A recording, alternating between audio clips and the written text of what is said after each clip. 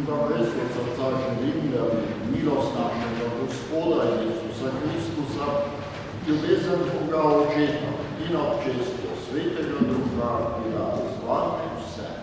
In slavi Duha. Spoštovani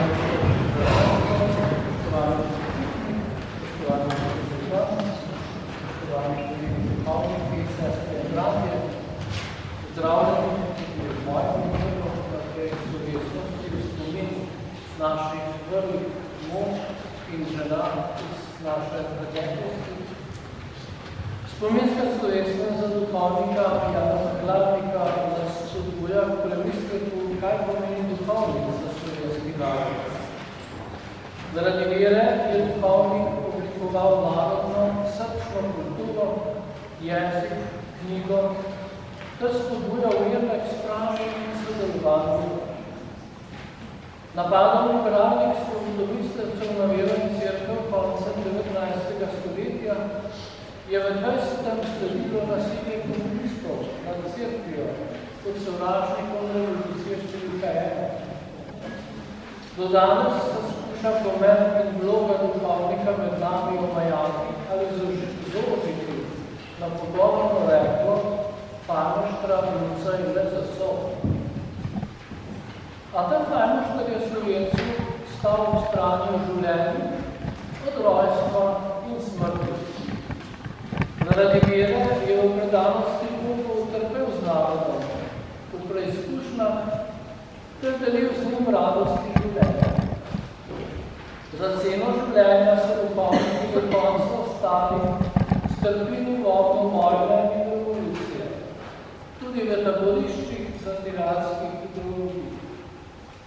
Kot profesor Lambert Ehrlich so eni skrvaveli za vero in za narod, drugi trpeli ječe, ponižanja in brezdomstvo. Prosimo sedaj sestre in bratje Boga, ki so mu ti ljudje služili, naj sprejme njihovo žrtev, ter njih in naša očiščena srca pridruži Kristusovi spravnosti, ki nas pa očisti in okrepi v veri, upanju in ljubezni.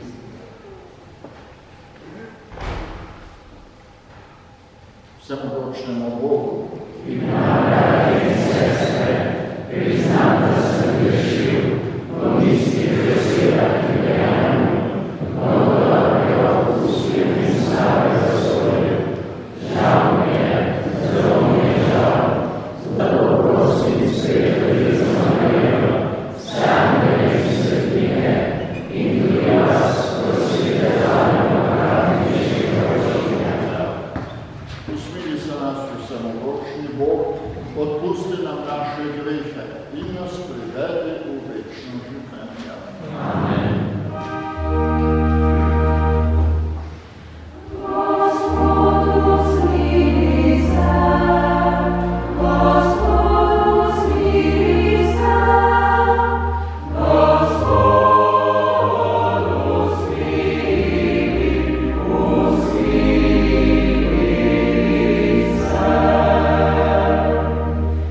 Christus,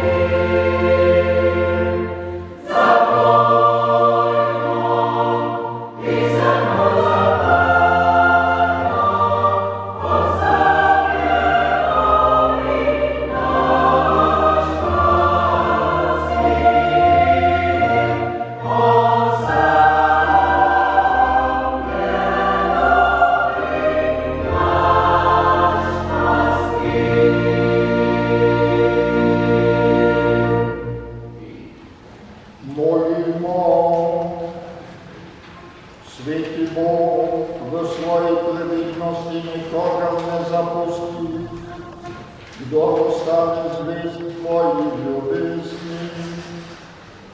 Naj ti spoštovanjem služimo in te vedno ljubimo.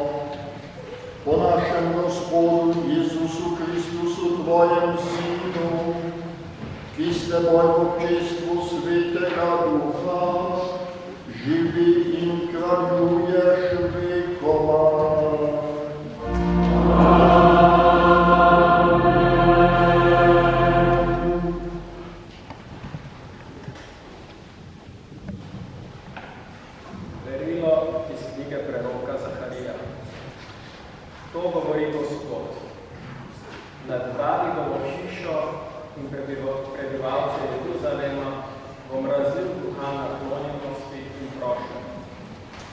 Ozirali se bodo v meni zaradi tistega, ki so ga prevodili, in žalovali bodo za njim, kakor žalujejo za edince. In bridko bodo jokali, kakor jokajo za prvorojence. Tisti dan bo nastalo veliko žalovanje v Jeruzalemu, kakor žalovanje za Hadad Rimonom na Megidski ravnini. Tisti dan bo odpudenec Davidovi hiši in jeruzalemskim prebivalcem očiščenje greha in maneha. To je Božja beseda. Alleluja.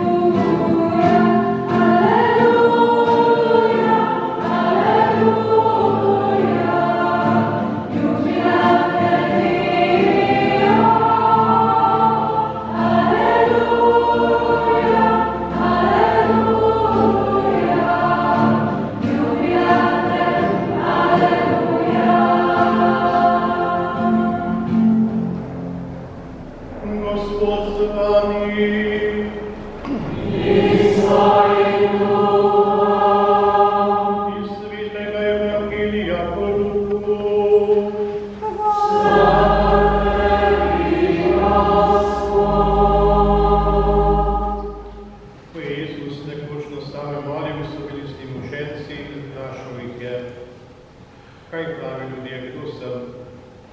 Odgovorili so, Janez Krstnik, drugi Elija, spet drugi pa, da je vstal eden od starodavnih prorokov.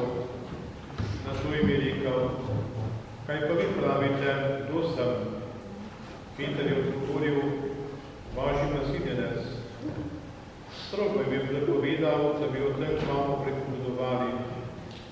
Rekel je, sin človekov mora veliko pretrpeti, starešine ljudstva, veliki duhovniki in pismovki, ga bodo zavrgli in umorili in tretji dan bo vstal.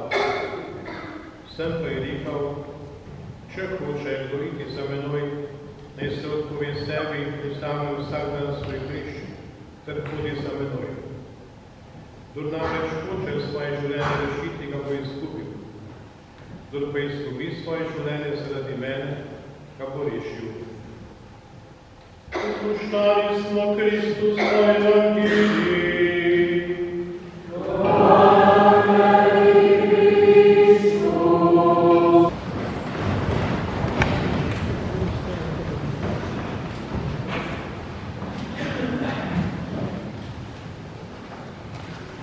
Spoštovani gospodje, duhovniki, drage sestre, dragi bratje, sorodniki, rajnih, ki se danes spominjamo, duhovniku, še posebej rajnega monsinjora Hladnika.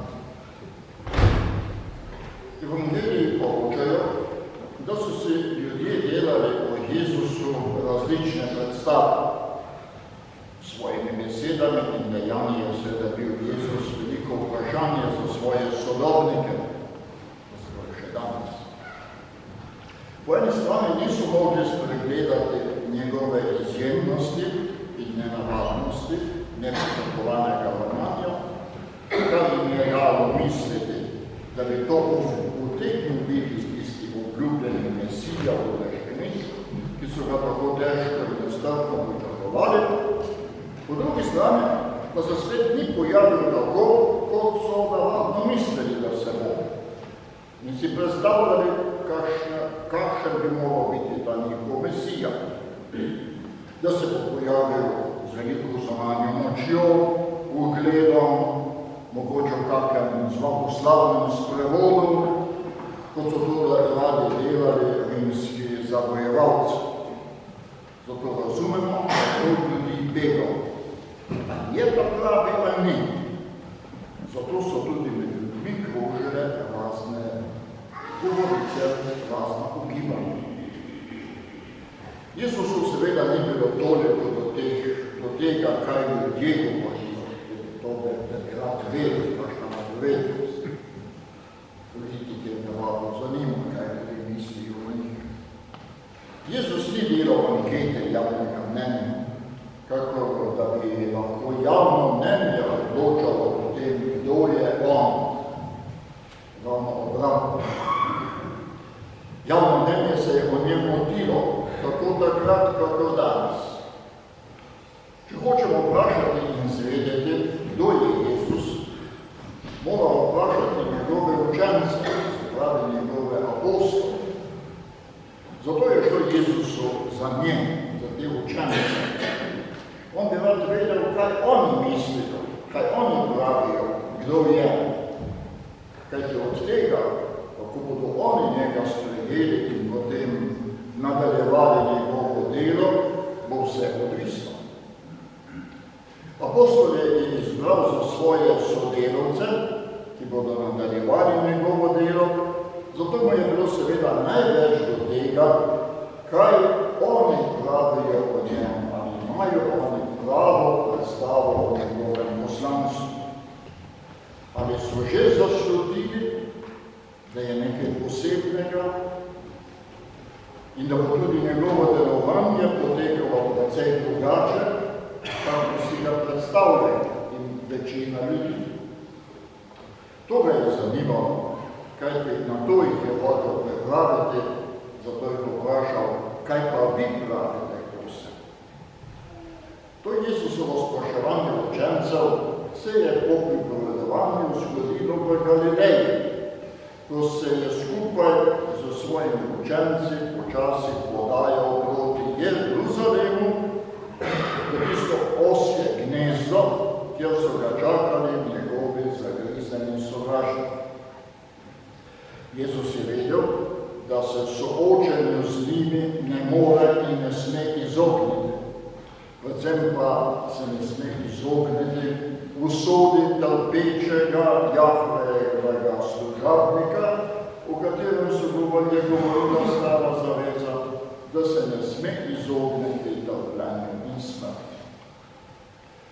Jezus pa je tudi vedel, da bo to za njegove učence hud, strahoten šok. Zato jih je začel naprej pripravljati in skušal povedati, da je v tem velika Božja skrivnost, da je to Božja modrost, ki je drugačna od človeške, da so vrednote Božjega kraljestva drugačne od vrednot zemeljskih kraljestv, od vrednot bogatstva, časti in užitka, uspeha. Popolnega uspeha pri tem sicer pri svojih učencih ni imel, kako lahko sklepamo iz tega, kako so se apostoli vedli na Veliki Petri. Kljub temu pa ne moremo reči, da jim od tega Jezusovega poučevanja ni nič ostalo. Ostalo je vse toliko, da so ohranili neko upanje in pričakovanje in niso zbežali iz Jeruzalema, tako ona dva, ki so šla proti Emausu. Ta dva sta dejansko zapuščala po Ježi. Drugi apostoli niso šli. So vendar čutniki, še ne more biti vse problem. Jezus je zelo dobro zavedal, da je Bog, ki ga on kot njegov učlovečeni sin predstavlja med ljudmi, nekaj povsem drugega, kakor si mislimo ljudje. V tem tudi apostoli niso mogli biti izjema. Človek si ne more predstavljati, običajen človek, da bi Bog iz ljubezni do ljudi in za njihovo odrešenje postal človek in se izpostavil trpljenju in sramotni smrti. Zavedal se je, da bo apostole to, kar bo doživel on in skupaj z njim oni v Jeruzalemu, njem globoko pretreslo, da se jim bo zaradi tega v nekem trenutku skoraj vse sesulo, kot rečem. V takratnem splošnem prepričanju bi moral biti Mesija zmagovalec, ki bo uničil in stavil svoje nasprotnike in pokazal zelo otepljivo in zastrašujočo svojo moč in oblast. Za apostole bi moral biti Jezus zmagovalec in ne poraženec. Apostoli so tedaj še razmišljali posebej. To pa ne velja samo za njih, za apostole. Tudi nam je težko sprejeti, da je pomembnejša ljubezen, potrpljenje, vdanost, s katerimi sprejmemo nesrečo ali poraz, bolezen ali neuspeh. Da je ta duhovna kakovost človeškega življenja pomembnejša, kakor uspeh sam. Vsakokrat, ko se v svoji požrtvovalnosti ustavimo, ko jih postavimo meje, ko se rečemo, da pa v svoji dobroti vendar ne smemo pretiravati, ko se začnemo bati zase in se začnemo zapirati vase, ne pristajamo več na Jezusove besede in mu ne verjamemo, da se bo izgubil ravno tisti, ki postaja sebičnež in postavlja sebe in svoje interese na prvo mesto in da se bo našel in rešil tisti, ki se je pripravljen žrtvovati. Ko postanemo sužnji samih sebe, se začnemo izgubljati v vrtincu potrošništva in iskanja svojih užitkov. Jezus je videl, da vsega tega v tistem trenutku apostoli še ne morejo sprejeti in popolnoma razumeti. Morali bodo doživeti, da se resnično zgodi, da kdo svoje življenje izgubi iz ljubezni do Boga in bližnjega, da ga res reši in najde. In kako so to doživeli? Morali so dočakati Jezusovo smrt in vstajenje.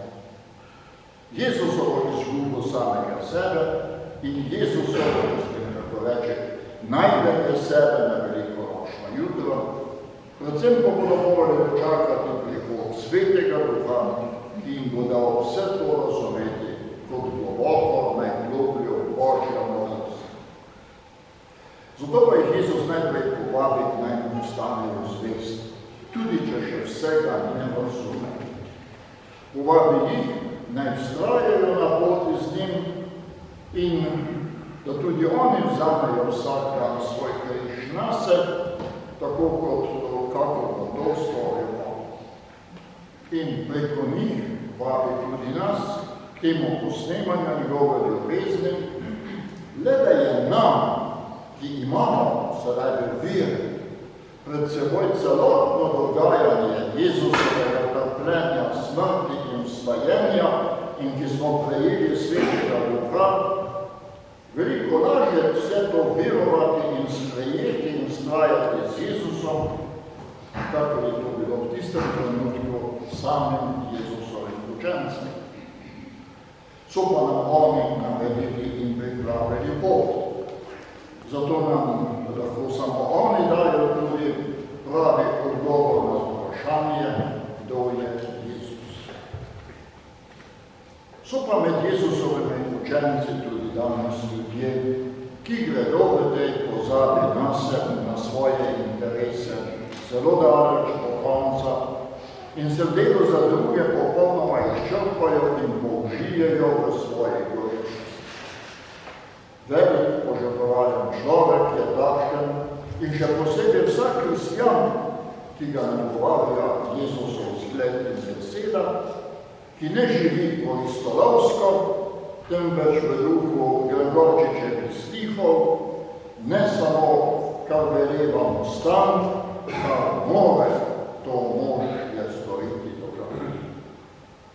In takšen učenec Jezusa Kristusa je bil še posebej monsignor Janez Hladnik, katerega 60-letnico smrti obhajamo danes oziroma se ga spominjamo. Njegove velike zasluge za slovenske begunce, ki jih je v prvih povojnih letih sprejela Argentina, so zraste ravno iz te njegove nesebične požrtvovalnosti in sočutja do vojakov, ki so morali zapustiti domove in oditi v begunstvo. O tem bomo danes še razmišljali in slišali. Nesebična požrtvovalnost zastopa in bolečnost za Božje kraljestvo, se to je oblikovalo tudi kanonika Ivana Nalaka in duhovnika Lojzeta Kavčiča, ki se ju pri tej sveti maši tudi spominja. Vsak Jezusov učenec, vsak kristjan se mora odlikovati po tem, če le hoče biti vreden tega imena kristjan. Zato so ti veliki ljudje, ki so to v resnici uresničili, naši vzorniki. Vsi ti naši svetniki, ki so po Jezusovi poti šli do herojske in nadpovprečne požrtvovalnosti in z njo tudi povezanega trpljenja. So naši vzorniki, naj tudi bodo naši priprošniki. Amen.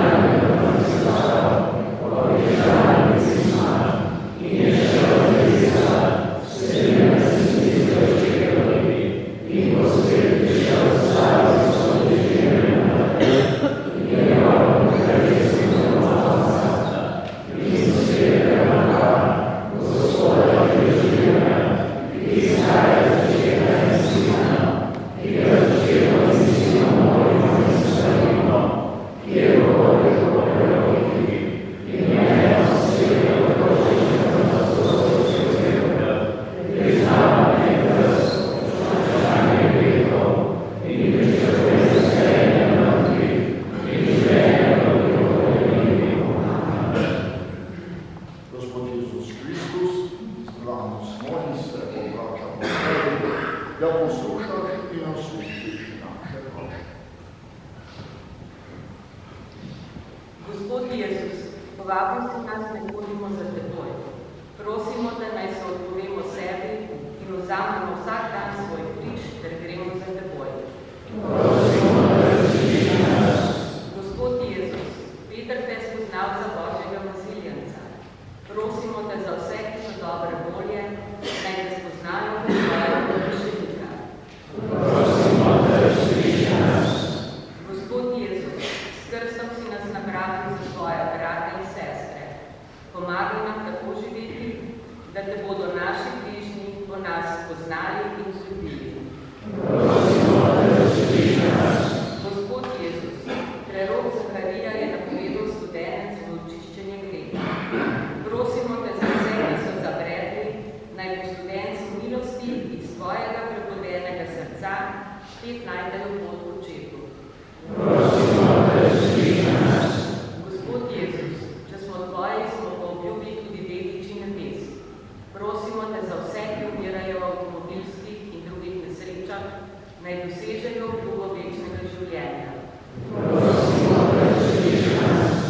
Gospod Jezus, spomni se vseh krajnih paranov, še posebno pokojnih monsignora Janeza Kladnika, kanonika dr. Ivan Marlaka, duhovnika Lojzeta Kavčiča in sestre Evite Kladnik, sprejmi jih v nebeško kraljestvo, da se bodo večno veselili tvoje ljubezni. Prosimo, da različi nas. Gospod Jezus, prosimo te za nove in boleče duhovne poklice, nakloni in modrost, da bodo znali pristopati k vernikom v današnji družbi. Prosimo, da različi nas. In še po osebnem namenu, prosimo Gospoda. Prosimo, da različi nas. Vse to te prosimo o Kristusu, našem Gospodu. Amen.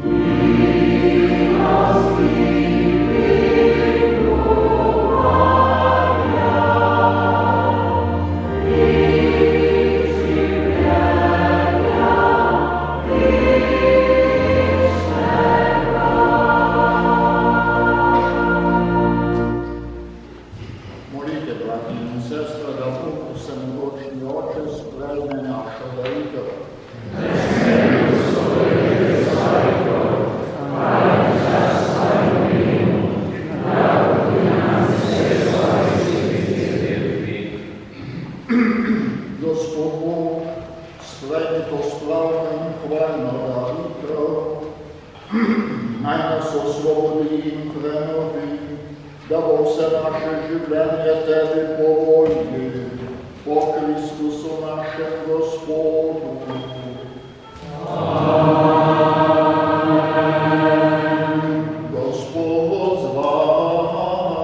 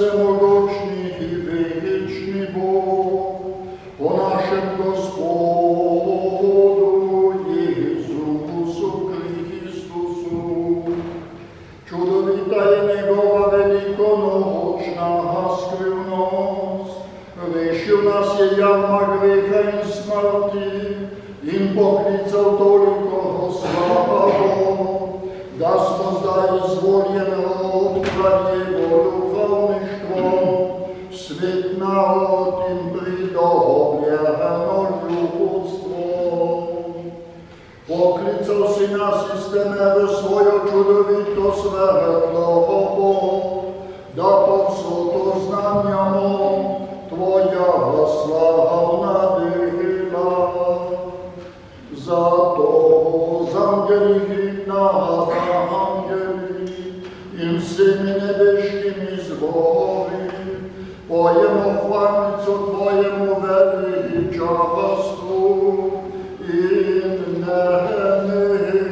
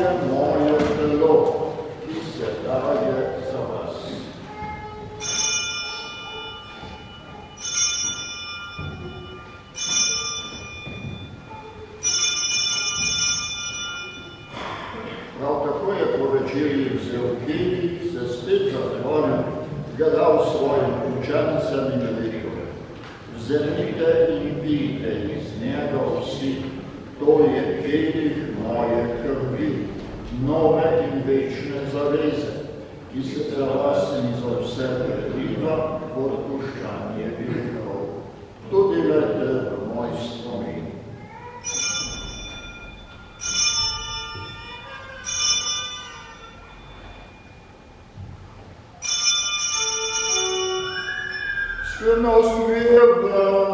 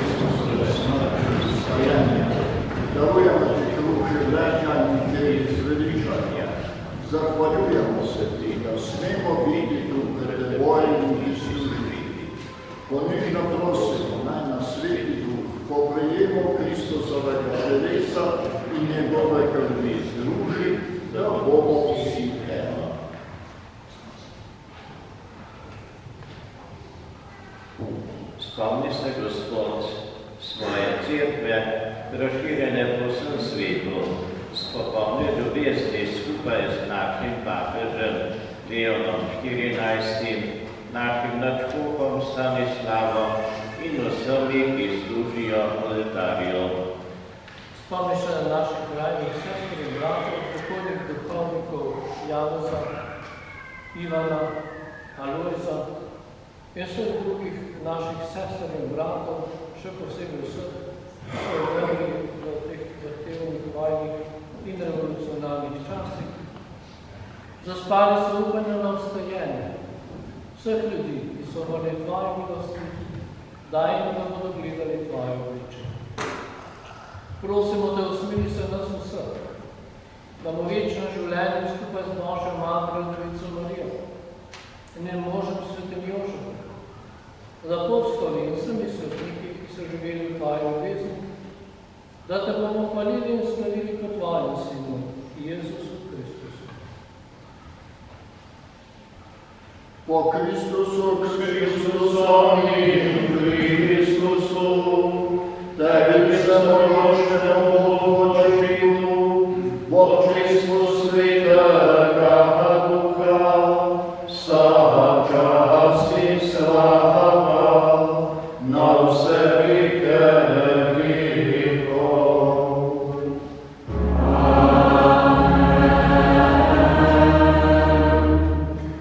Ko je Jezus nekoč na samem molil, so ga njegovi učenci opazovali. Prosili so ga, naj tudi njih nauči moliti. Dejal jim je, ko molite, takole recite: Oče naš, ki si v nebesih. To Gospodovo molitev tudi mi molimo pri vsaki sveti maši. Danes jo zmolimo s posebnim namenom za vse razkropljene Slovence po svetu, da bi ostali zvesti Jezusu in narodu, iz katerega so išli.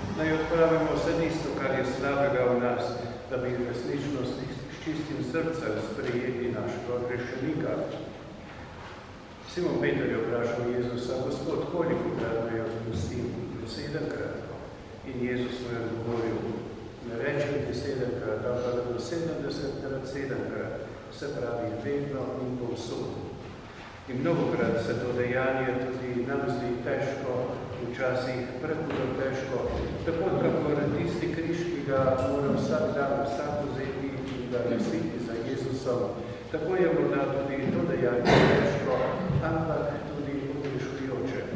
Vsakokrat, ko naredimo to dejanje, se naseli v naši notranjosti Božji mir. Takrat smo tudi podobni in usmiljeni kakor Oče. V znamenju in sprave vsi dobivamo podajamo.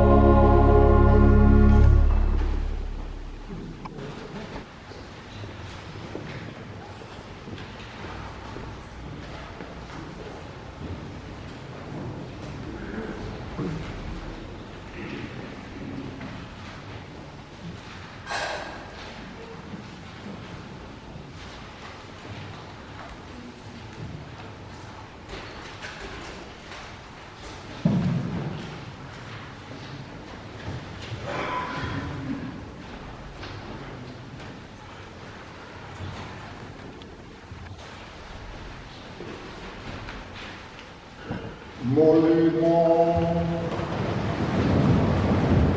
Dobri Oče, Bog večatu prenovu si nas dragocenim telesom in krvjo svojega Sina, kar pri sveti skrbnosti znova in znova odhajamo, naj za zmeraj dosežemo v Tvojem kraljestvu, po Kristusu našem Gospodu.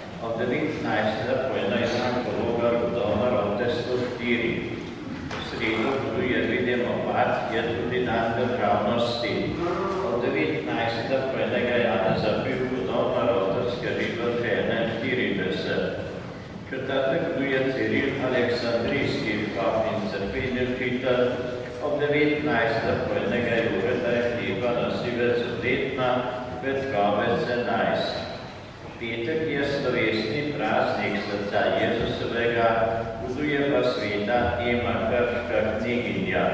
Ob 19. pojno Evanko Jakoba in Pavza Šebrod Prote. Soboto je god Marijinega brezmaternega srca, ob 16. na Petkovcu za srečen zakon, doma 19. pojnega Bogomirja Jurca 8. dan, Petkovec 19. Nedeljo je slovesni praznik apostolov svetega Petra in Pavla. Potem v četrtek 26. junija je položeni sveti Marko vključil učilnici priprava na krst za starše novokrščencev in za njihove botre. Spominska slovesnost pri kapeli mučencev bo nedelja 29. junija ob 10. uri v Šentjoštu. Sveto mašo bo vodil ljubljanski nadškof Stanislav Zore. Govornik bo Lojze Peterne, predsednik prve vlade Republike Slovenije. V nedeljo 29.6. od 16. pa bomo na Medvidem Vrdu praznovali zlato mašo Janeza Kržišnika in Danila Kovala ter srebrno mašo zdajšnjega župnika Rankota Klemenčita. Lepo vabljeni.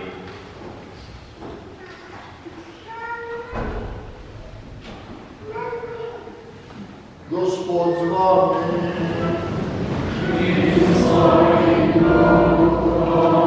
Vsemogočni Bog naj vas vedno varuje vsega hudega in vam dobrotno deli svoje darove.